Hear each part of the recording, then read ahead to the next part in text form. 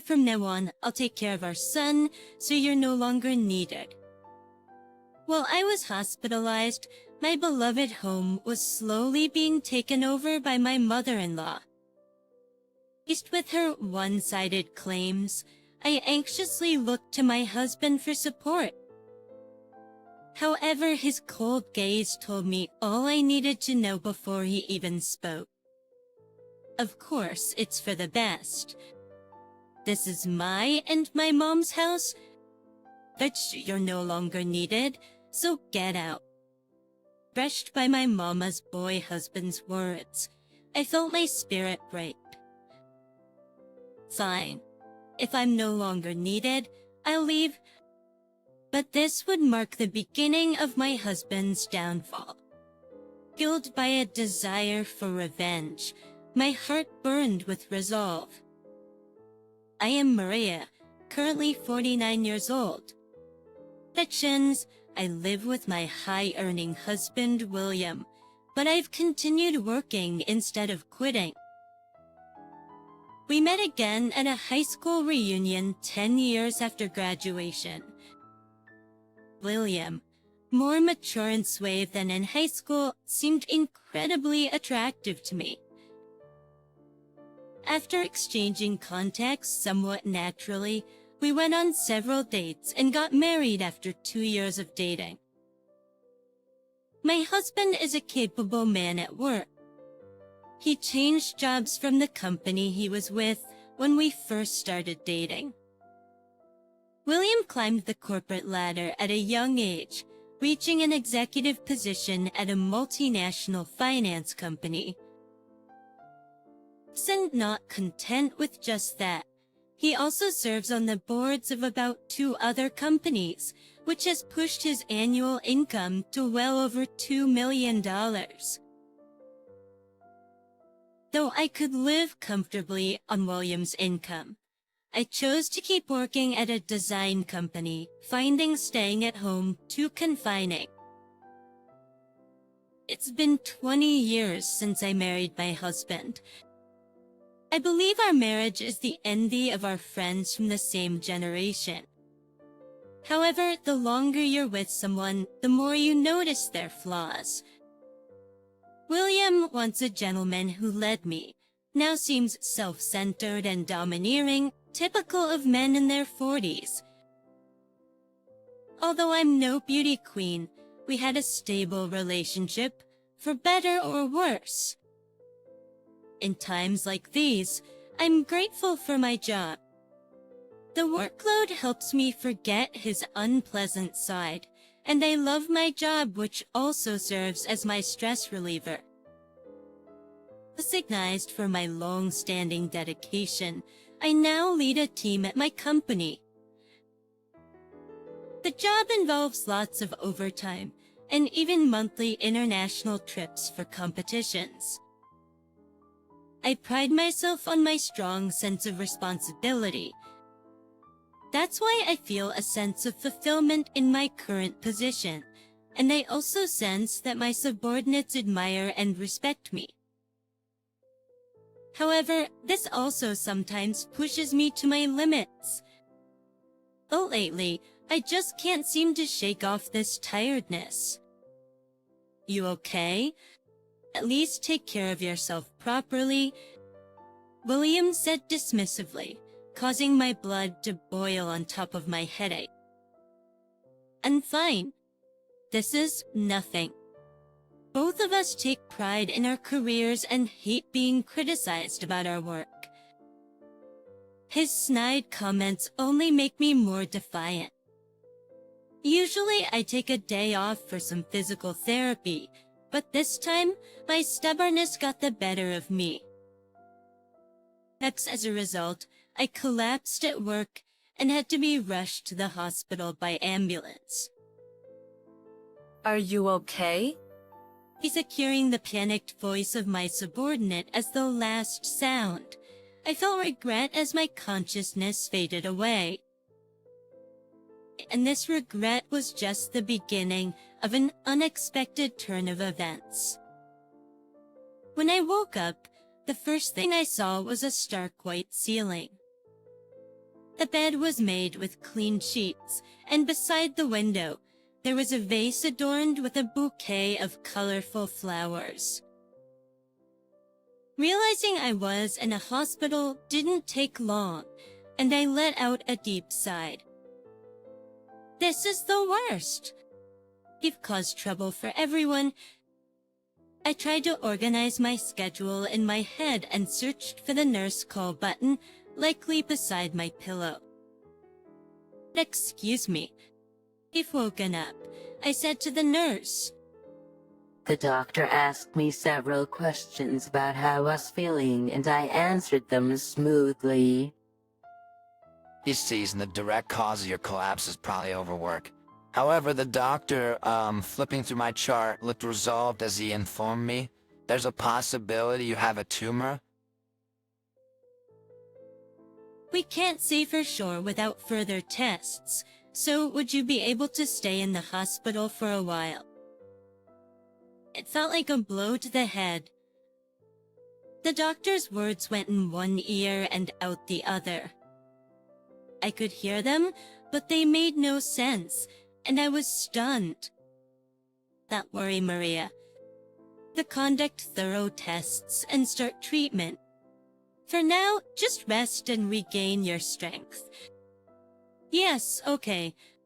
Understand, I replied weakly, my hands trembling as I clutched my smartphone.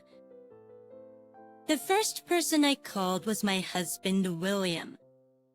Honey, I collapsed from overwork, but they say I need more tests for something else. So you'll be staying in the hospital for a while, then. Got it.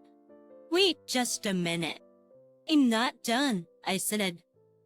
I had conveyed all the necessary information, but my husband responded briefly and unilaterally ended the call.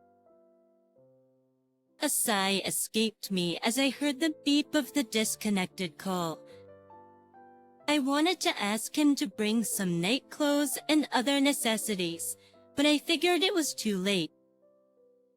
I figured it was probably hopeless to expect that to the news of my health condition had already made me anxious, and his lack of concern was hard to bear. Wiping away the tears that had gathered at the corners of my eyes, I decided to contact a colleague from work. An old friend and colleague brought everything I needed to the hospital. After finally managing my packed schedule, I sank into the clean hospital bed, facing my anxieties about the future. The doctor explained the detailed schedule for my tests and discussed possible diagnoses with me. It turned out to be a malignant tumor.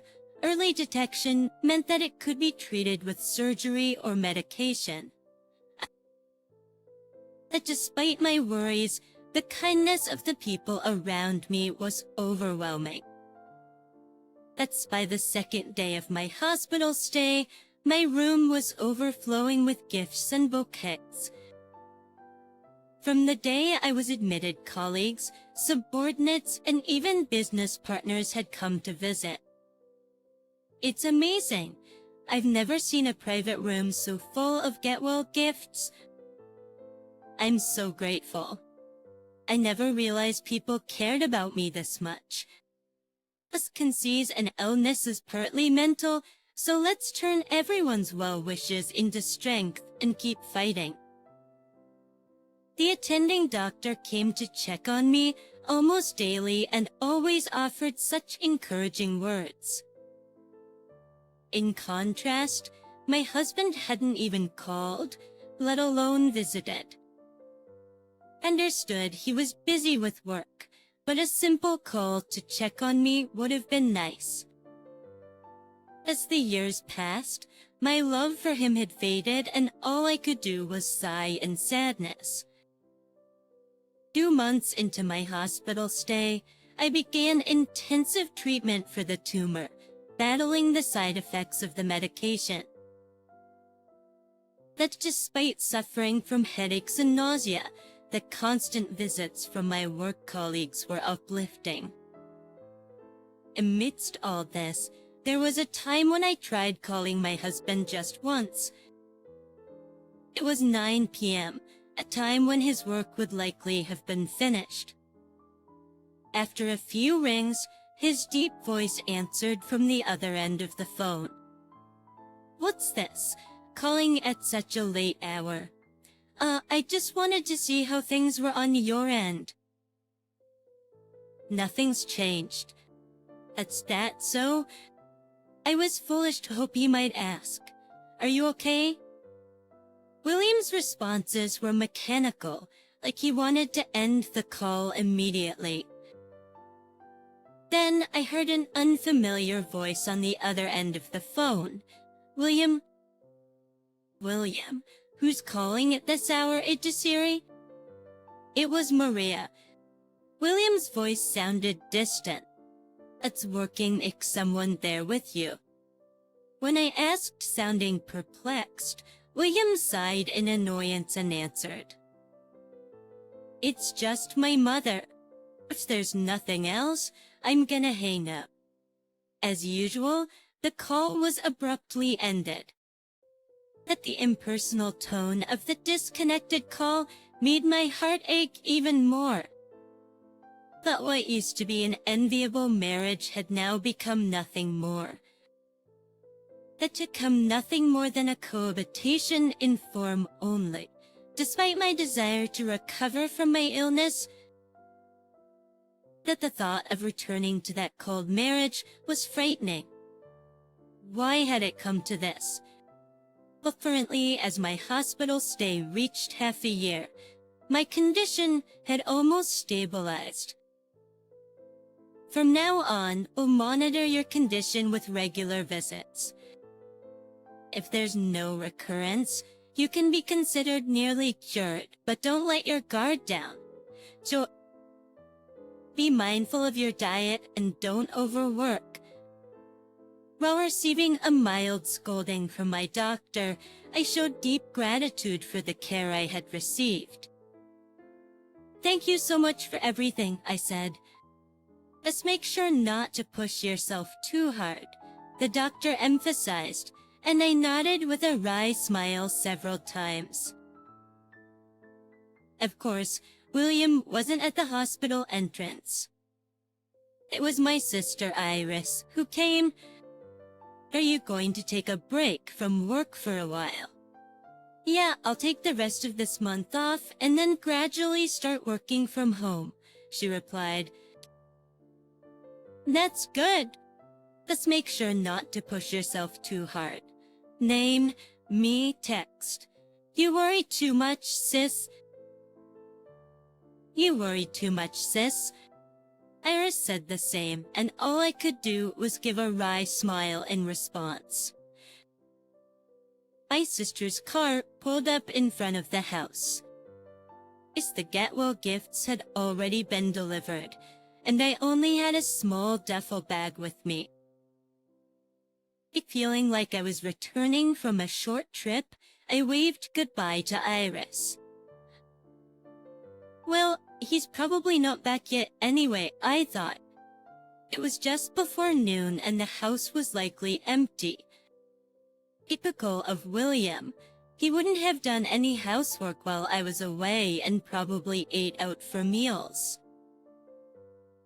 Imagining the dusty state of the house, I sighed again.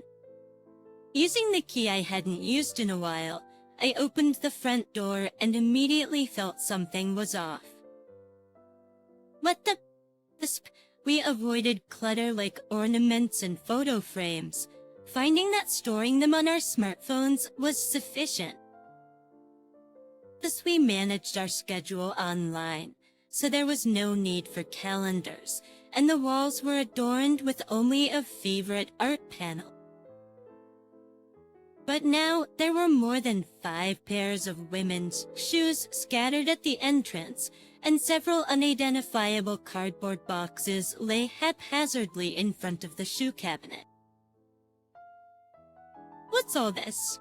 I rushed to the living room without even bothering to arrange my shoes. I could hear the TV and the voices of a man and a woman from the living room. It's nosy, despite being overwhelmed with fear due to the unknown situation. I couldn't stop my advancing footsteps. I opened the door to the living room with a loud click, and there were my husband, William, and my mother-in-law. "Oh, you're back," said my mother-in-law with cold eyes. "Why are you here, and shouldn't William be at work?" I asked. "I took the day off because Mom wanted to go shopping," William replied. "That was today your discharge day?" William and my mother-in-law sat side by side on the sofa, glancing at me disinterestedly. The living room was overflowing with strange decorations, old-fashioned floral curtains, a tall houseplant, and piles of magazines on the floor. Plus the kitchen, which should have been equipped with silicone kitchen tools, now had utensils, chopsticks, and dishes I'd seen at my in-laws, including items I couldn't imagine we'd use. What's going on here? As I looked around the house, it had changed so much in the past 6 months that I felt dizzy. Hubby have been taking care of everything in the house, covering your inadequacies. What do you mean? Oh, now it's me and William living here. This is mine and William's house. Her words made no sense to me. Mom has been taking care of everything in the house, covering inadequacies. You should be grateful. Fractions. Despite everything, I had been hospitalized for treatment after falling ill, not due to any shortcomings on my part. My anger at my husband, who showed no concern, continued to build. You really are a terrible wife for abandoning the house for half a year. I didn't abandon it. I was hospitalized. You never even visited me. I retorted strongly, only for my mother-in-law to snap back with a red face. How dare you say that? William has been working hard every day, and you were just lying in the hospital. I didn't choose to be hospitalized. Basic self-care is essential for an adult. Why sympathize with your poor health habits? That's right, you should be supporting your husband. Aren't you his wife? Thinking back, she had always been like this since the beginning of our marriage. My mother-in-law, a stay-at-home wife, was supported by her husband in management for nearly 40 years. She took pride in being a housewife and saw me, who continued to work after marriage, as an adversary. Isn't it a woman's role to look after the home, William? Well, I earn enough, and if necessary, I can make Maria quit her job, Mom. My father-in-law was a passive husband who showed no interest in home affairs and left everything, including child-rearing, to my mother-in-law. As a result, she doted on her only son, William, who became overly attached to his indulgent mother. This intensified after my father-in-law passed away 5 years ago. William stayed at his parents' house 3 nights a week and was in daily contact with his mother. I was always worried. That's why I was against this marriage. I'm sorry, Mom. If I had listened to you. Even as I stood there in shock, the two of them continued to speak as they pleased. I had reached my limit. Enough. Why is my mother-in-law living here in the first place? I yelled, confronting their twisted display of parent-child affection. This is our house. I never agreed to live together, I declared firmly, and the atmosphere froze for a moment.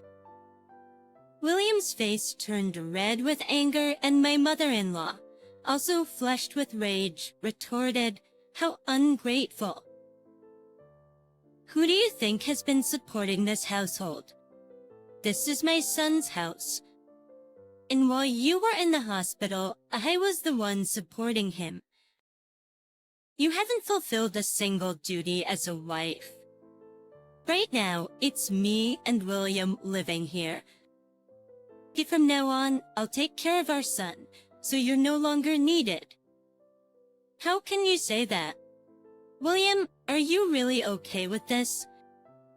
I looked at my husband in desperation, hoping for some support against the one-sided accusations. But his gaze was cold, and I understood his stance, even before he spoke. Of course I am. This is my and my mom's house. Obstruction, you're no longer needed, so get out. My heart broke at my mama's boy husband's words.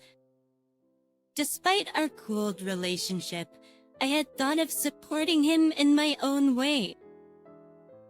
Memories of past events flashed through my mind, recalling the harsh treatment from my husband as if it were yesterday. I let out a deep, deep sigh. And then with a resolved look, I faced the two of them. Fine. If I'm no longer needed, I'll leave. I'll dispose of everything that relates to me. As I said this, trying to convince myself, my mother-in-law's cheeks relaxed in triumph, and she let out a loud laugh. Get out quickly, you good-for-nothing. Come on, William. Let's live happily with Mom from now on. What kind of 40-year-old son calls his mother Mama? William smiled sloppily as he passed by me. Mom, let's go shopping and eat out. It's a change of pace. Yes, let's celebrate at some fancy steakhouse. They left like a newlywed couple. For alone in the silent room, only my sobs could be heard. Each of 20 years of marriage, not wasted, but certainly empty. Isis, I'm sorry. Can I stay here for a while? I packed only the essentials in my bag, sold everything else, and left my sister Iris's house with just the clothes on my back. After an hour of changing from train to bus, I finished sorting out my future plans while looking out the window. What happened? Why are your eyes so red? Come in right away.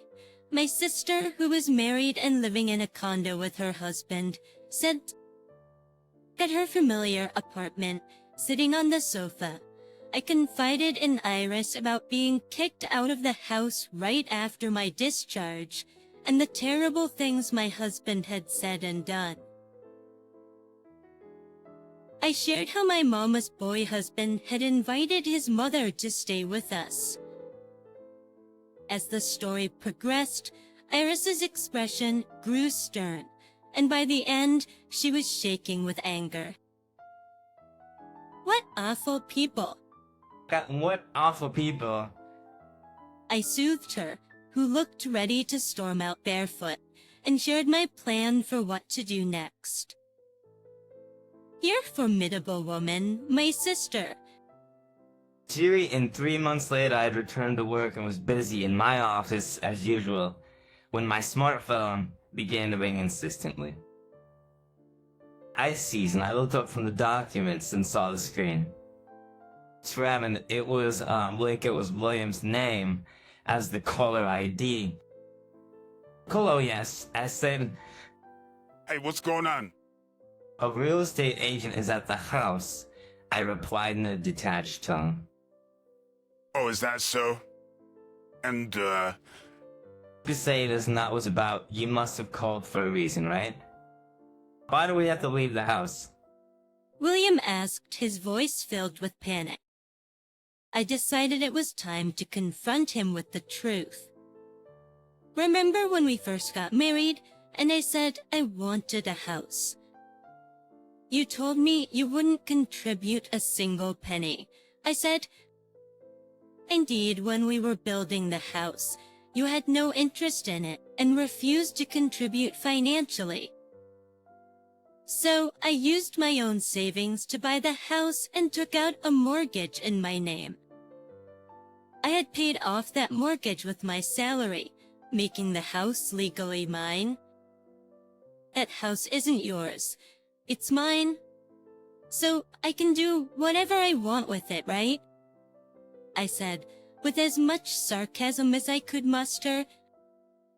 William was left speechless.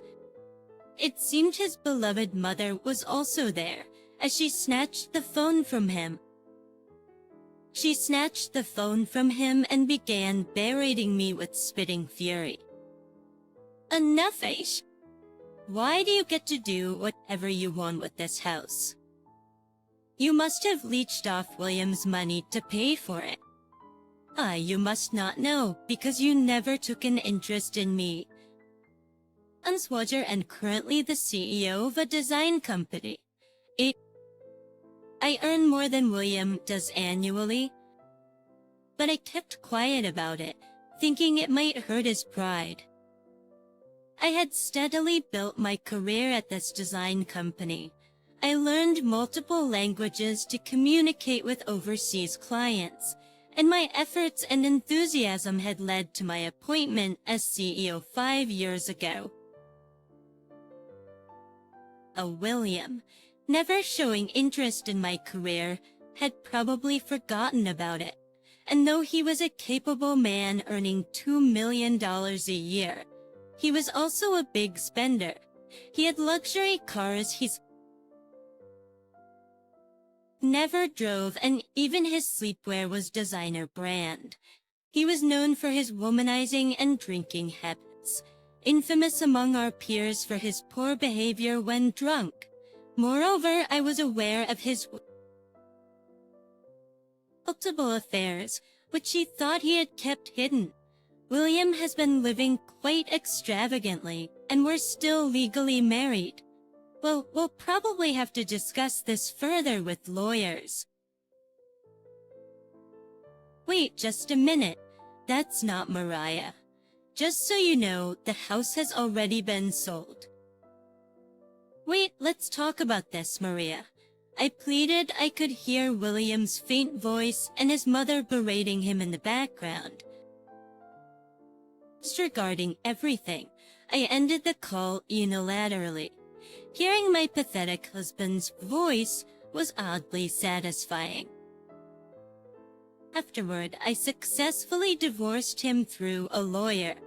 I also made sure to receive a substantial alimony payment for his verbal abuse towards me and for his past misconduct. Furthermore, his extravagant lifestyle and the stress from this incident led to multiple mistakes at work. In the competitive world of multinational corporations, incompetence quickly leads to dismissal.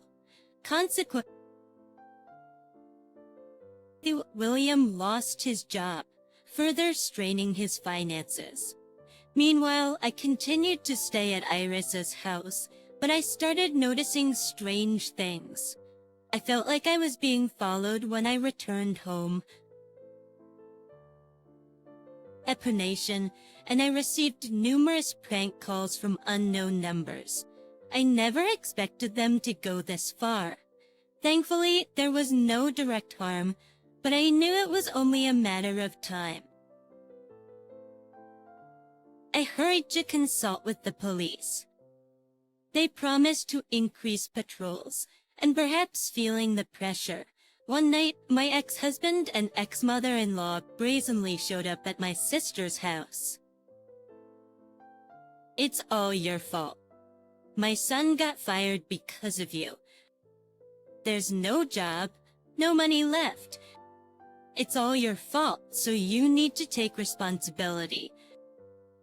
Apparently, my ex-husband, even with reduced income, continued his lavish lifestyle until his savings ran out, leading to his dismissal from all his jobs. I shielded my frightened sister and quickly contacted the nearest police station. The two were then taken to the police station. After that incident, I decided to leave my sister's house. He's thinking it was just a place to sleep.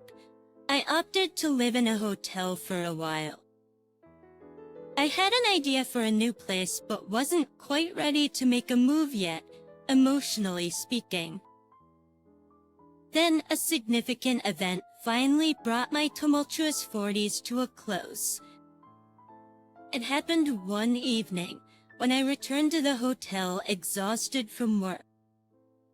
Just into the lobby, I saw two familiar figures. Finally, I found you. You're gonna pay up today. Please, don't make a scene.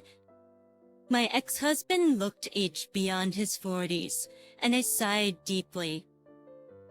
His shirt was wrinkled and his pants, which seemed unwashed for days, reeked. I hurriedly ushered the out-of-place pair into my hotel room. Kokarium, enough already, you're causing a disturbance. That's my line. Because of you, our lives are a mess. As to my ex-mother-in-law, tears and snot streaming down her face, reached for my chest. I dodged just in time, and she fell to the floor. That your pitiful state was evident. They were driven to desperation. Don't mess with me. Give me back my money. Desperate people can exhibit surprising strength. I regretted letting them into my room, realizing too late my mistake. Let go of me? I kicked a nearby trash can, making a loud noise in an attempt to resist. My ex-mother-in-law was cowering on the floor, and my enraged ex-husband was beside her. Just when I felt my life was in danger, the door burst open. Are you okay? A person, seemingly a janitor, yelled, wielding a mop like a weapon, and advanced towards my ex-husband. Stop, stop. Startled, my ex-husband released me and cowered on the floor. The hotel front desk had promptly called the police, and this time my ex-husband and ex-mother-in-law were taken into custody. Previously, they've been released with a stern warning, but this time they were officially charged. Actually, Ardelia Promalst, already struggling to find a job, my prideful ex-husband now had a criminal record, making re-employment even more difficult. Eventually, I heard through the grapevine that they were living meagerly near a riverside. What a tumultuous 40s that was, he said, cutting his steak elegantly. In a restaurant softly illuminated by candlelight, we were dining elegantly. It's surprising, being almost 50 and all this happening. But it's really good that you didn't get seriously injured. His smiling gaze made me feel bashful, so I quickly sipped my red wine to hide it. Ever since my discharge, he had been my attending physician, and I've been in his care for many years. Thanks to him, there has been no recurrence of the tumor, and I've been living a peaceful life. Privately, we grew closer, and now we've settled into a relationship as lovers. Well, I doubt there will be any more drama like this, so I want to spend the rest of my life peacefully. Yeah, that sounds good. X and he finished his main course and slowly took a small box out of his breast pocket. Inside the box was a ring set with my birthstone. Will you give me your life to take care of from now on? I thought back to my lonely and joyless marriage. My job was my only solace, and I had pushed myself too hard because of it. I failed to see the true nature of people, causing a huge commotion that even involved my sister. Thank you, I'm so happy. The gem on my left ring finger was like a light shining on my life. And 40s were tough and full of scars.